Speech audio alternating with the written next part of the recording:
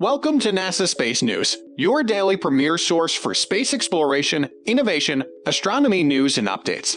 In this video, I will show you how Axiom Space intends to build future space stations. As the Ax-1 private mission to the International Space Station lifted off from Florida on Friday morning, a new milestone was achieved in the emerging era of commercial spaceflight. Ax-1 stands for Axiom 1, a crewed mission for Axiom Space, a company that intends to eventually replace the ISS with its own commercial space station.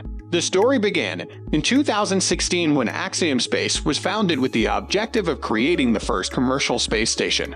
In 2020, Axiom was given access to the ISS's forward port, which is part of the company's plans to dock its Axiom Orbital Segment to the station, which is a complex that after 2024 will be grown into having 5 pressurized modules with a large observation window. The company also has plans to charter paid missions to the ISS for wealthy individuals on the planet. The first step in the mission was launched on 8 April 2022 atop a Falcon 9 Block 5 launch vehicle. The Crew Dragon Endeavour was used for the first part of the mission, which docked with Harmony to the ISS. The crew now is spending 8 days aboard the ISS. During their planned stay, the private crew will conduct over 25 different research experiments. SpaceX has sent astronauts from various national space agencies around the world to the ISS. It also launched a private crew on an orbital trip for billionaire Jared Isaacman's Inspiration for mission, but this is the first time a Crew Dragon carries paying passengers to the ISS. The newly minted astronauts won't just be playing tourists in orbit.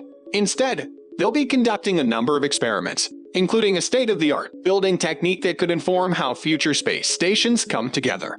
The team's research agenda includes work with an air filtration device, cellular biology experiments, and a robotic swarm of self-assembling tiles that will be of special interest to future astronauts. The hexagonal and pentagonal tiles are designed to coordinate via control code and self-assemble via electro-permanent magnets.